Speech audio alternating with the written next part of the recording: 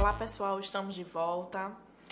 Vamos dar continuidade à nossa disciplina Avaliação de Desempenho e vamos iniciar a segunda competência, que é o registro do desempenho no trabalho e treinamento dos avaliadores. Vamos entender um pouco isso. Na nossa primeira competência, nós falamos sobre a importância da avaliação de desempenho, conceito, os objetivos, alguns benefícios associados às pessoas que participam efetivamente da avaliação de desempenho. Vamos entender em que momento essa avaliação de desempenho pode contribuir para a área específica de recursos humanos, já que é o nosso propósito. Bom, a avaliação de desempenho é o processo que provê oportunidades mais definidas de entendimento entre as pessoas, propondo a revisão e a atualização mais permanente do seu próprio comportamento. É muito importante que a gente entenda nesse momento que a avaliação de desempenho jamais pode ser vista como um instrumento de punição, ou seja, aquele colaborador que tiver um desempenho abaixo do esperado, ele não vai fazer mais parte da empresa, ou seja, naquele momento ele será demitido. Não necessariamente. O propósito da avaliação de desempenho é um instrumento de melhoria. A partir do momento que eu consigo identificar quais são as falhas ou aquilo que aquele colaborador precisa melhorar, é o momento que eu estabeleço planos de ação em que ele pode efetivamente melhorar. Claro que chega um determinado momento que a organização consegue compreender que aquele colaborador não vai mais conseguir atingir os objetivos necessários na execução daquele cargo. E claro, algumas coisas podem ser reajustadas, mas a gente nunca pode associar a avaliação de desempenho como um instrumento de punição, e sim como um instrumento de melhoria. A avaliação de desempenho não pode ser confundida com a técnica de modificação de comportamento. Ela não modifica comportamento, ela talvez identifique o comportamento a ser modificado. Para que esse comportamento seja modificado, eu preciso ir além de uma avaliação de desempenho. Eu preciso estabelecer planos de ação, eu preciso estabelecer treinamentos, desenvolvimentos, capacitações que possam modificar o comportamento desse colaborador. Mas a avaliação de desempenho, ela só identifica. Então, infelizmente, algumas organizações, elas acreditam de uma forma errada que o fato de aplicar a avaliação de desempenho já supõe uma melhoria, e na realidade não é. Aplicando a avaliação de desempenho, supõe uma possibilidade de estabelecer outros instrumentos para um alcance de uma melhoria. A gente tentando fazer uma relação sobre a avaliação de desempenho inserida na área de recursos humanos, o que de proveito, que propósito teria a avaliação de desempenho para a área de recursos humanos? Se a gente entender que a avaliação de desempenho propõe melhorias na organização, a gente entende que, a partir do momento que eu identifico o desempenho dos meus colaboradores, eu consigo estabelecer também projetos de seleção de pessoal, ou seja, eu preciso identificar no mercado pessoas que possam vir a suprir as necessidades atuais dentro da minha organização. Outro processo envolvido na avaliação de desempenho é o de treinamento e desenvolvimento de pessoal, como fonte de levantamento de necessidades.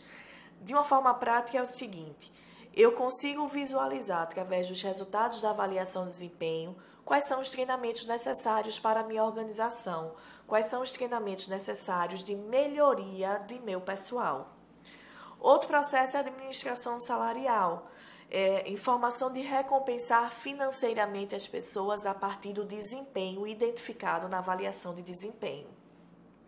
E, por último, movimentação de pessoal.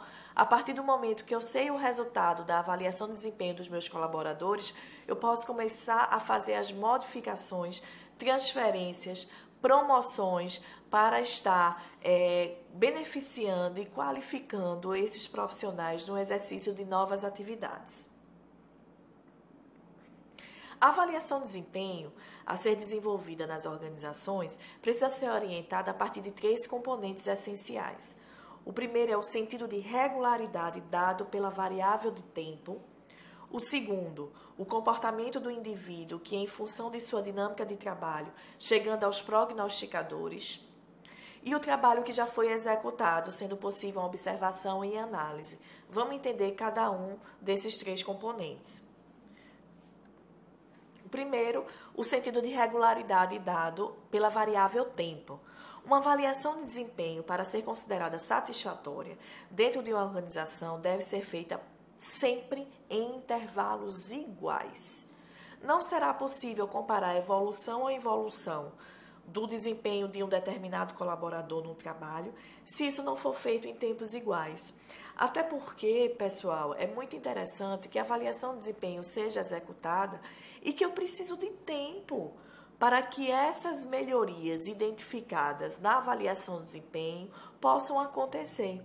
Então, geralmente, as avaliações de desempenho podem acontecer a cada semestre, caracterizando 2 vezes por ano ou a cada ano. As organizações de grande porte, principalmente em relação à sua demanda de colaboradores, faz em média 1 vez por ano. E esse sentido de regularidade, ele precisa passar por 3 critérios, que é o critério jurídico, o critério de trabalho e a política de pessoal. O critério jurídico, a liberdade de ter ou não determinado funcionário, e principalmente no que se refere ao período de experiência, que vocês bem sabem que o período de experiência de qualquer colaborador que entra numa organização são 90 dias, o equivalente a 3 meses. Critério de trabalho. Quanto mais completo e bem acabado tenha sido o treinamento do indivíduo à sua função, tanto mais lhe conhecerão suas características individuais. E a política de pessoal? Processar os aumentos, as promoções, as transferências, os desligamentos e outras situações que podem vir a acontecer. O segundo critério, associado à avaliação de desempenho, comportamento do indivíduo e sua dinâmica de trabalho. E aí a gente começa a falar dos prognosticadores. O nome é um nome um pouco estranho, mas é bem fácil da gente entender. São características diretamente responsáveis pelo bom ou mau desempenho de cada um em cada tipo de diferente de trabalho. Os prognosticadores são determinados a partir de 2 fontes principais: a análise do cargo e o levantamento feito junto aos próprios supervisores em treinamento como avaliadores de desempenho. De uma forma simples, o que seria então prognosticadores? Os prognosticadores são os critérios que serão avaliados na avaliação de desempenho. A partir do momento que eu conheço aquele cargo, eu sei aonde este cargo precisa chegar, os resultados que ele precisa alcançar e que critérios as pessoas que exercem esses cargos passarão a executar e passarão também a serem avaliados. Então, em cada cargo existem critérios diferentes que eu preciso avaliar de uma forma geral. Sendo assim, cada cargo também pode possuir prognosticadores diferentes. E o terceiro critério é o trabalho realizado. A avaliação de desempenho em qualquer organização refere-se no retrato do presente. Só se pode avaliar um indivíduo a partir de algo que ele já produziu. Eu não consigo, por exemplo, avaliar o desempenho de um colaborador numa nova atividade se ele ainda não exerceu. Eu só consigo fazer essa avaliação a partir do momento em que o trabalho já foi realizado.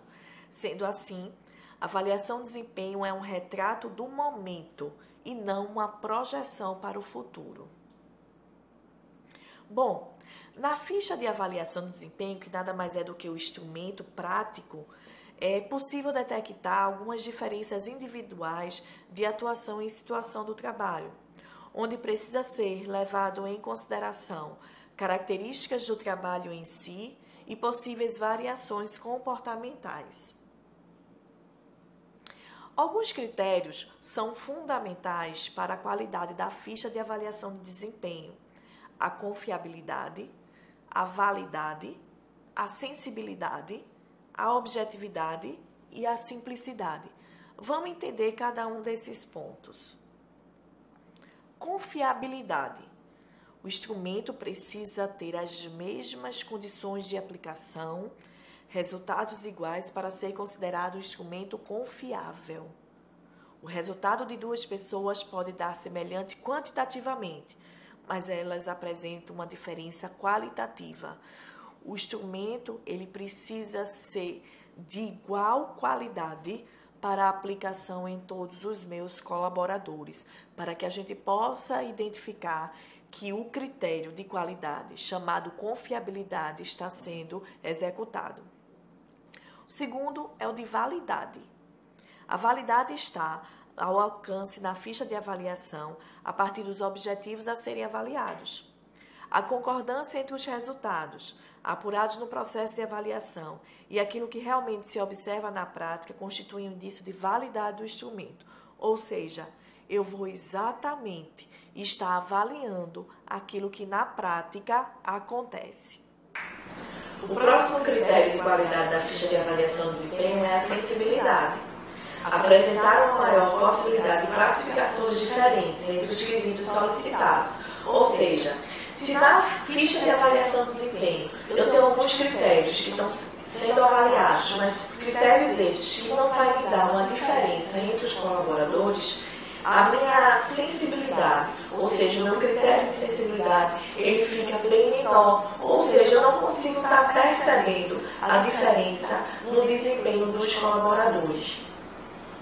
E a objetividade impede que o avaliador utilize de conceitos de sentimentos próprios dele avaliar, ou seja, a objetividade ela é uma característica fundamental para a ficha de avaliação de desempenho. Eu não posso estar avaliando o desempenho dos colaboradores a partir de condições que eu, avaliador, entendo como importantes. Os critérios precisam ser os critérios gerais de uma organização. Então, a objetividade ela é fundamental. E, por último, a simplicidade. A ficha de avaliação pode ser respondida com brevidade, mas que consiga dar o máximo de informações para que eu possa identificar o desempenho dos colaboradores. Precisa ter um tamanho adequado, instruções adequadas, para que o avaliador, no momento de preenchimento dessa ficha, não passe por nenhuma dificuldade, podendo assim comprometer o resultado da avaliação de desempenho daquele avaliado em questão.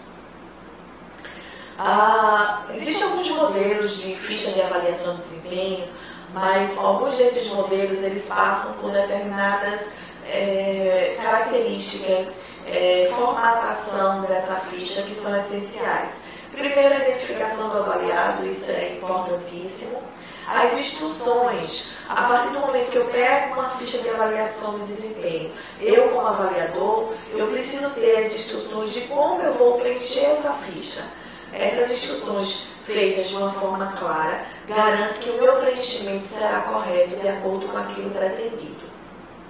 Esclarecimentos importantes, características da avaliação e conclusões finais.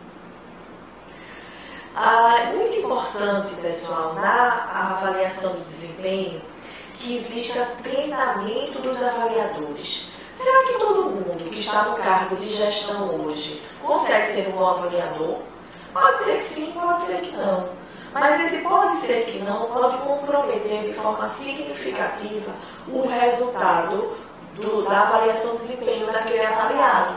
Sendo assim, o ideal é que todas as organizações, antes do período de avaliação de desempenho, pegue todos os seus avaliadores e faça treinamento. O que é isso? Explicando a importância, como deve ser feito, que critérios devem estabelecer para que esses avaliadores consigam sim fazer uma avaliação fiel, real ao que está acontecendo diariamente na organização. Objetivos podem ser destacados para esse treinamento. Fazer uma ligação entre os objetivos organizacionais e os objetivos da administração de recursos humanos. Esclarecer tudo o que for necessário para a proposta de avaliação de desempenho, ou seja, o que se pretende com a avaliação, quais as diretrizes e objetivos. E esclarecer o entendimento a respeito do comportamento desejado pela organização. Uma coisa muito importante, o avaliador ele não pode julgar o desempenho do avaliado a partir daquilo que ele acha correto. Na realidade, existem princípios, valores e objetivos da organização. Então, a organização é soberana. Ela vai identificar que nível de comportamento, que nível de desempenho ela espera desse avaliado. Sendo assim, esse avaliador ele vai seguir esses critérios e não critérios próprios. Desenvolver técnicas adequadas de avaliação, mostrando aos avaliadores os possíveis erros que podem ser cometidos. Estabelecer um clima de tranquilidade no momento da avaliação. Preparar também os avaliados para a entrevista de avaliação de desempenho. A entrevista de avaliação de desempenho será um tema proposto na quarta competência, a gente vai entender bem depois o que é isso. De uma forma geral, diante de tudo que foi exposto nessa competência, a gente pode entender algumas vantagens nos resultados da avaliação de desempenho naquelas três instâncias envolvidas: a organização, o avaliador e o avaliado. Na organização, a organização conhece os seus recursos humanos, ou seja, os seus colaboradores, e consegue identificar em que ela deve alterar o comportamento ou o desempenho destes. O avaliador, via de regra, o gestor direto deste subordinado, não somente reafirmará sua autoridade, sendo justo e avaliando a empresa e os seus colaboradores de forma correta. E o avaliado, conhecendo sua produtividade, a importância dos seus pontos positivos e as suas dificuldades, ele consegue estabelecer questões individuais de autoavaliação para minimizar desempenhos não tão desejados pela organização. Sendo assim, pessoal, terminamos a nossa segunda competência. Espero que vocês tenham entendido um pouco esse processo de uma forma mais dinâmica e eu encontro vocês na próxima competência. Até lá!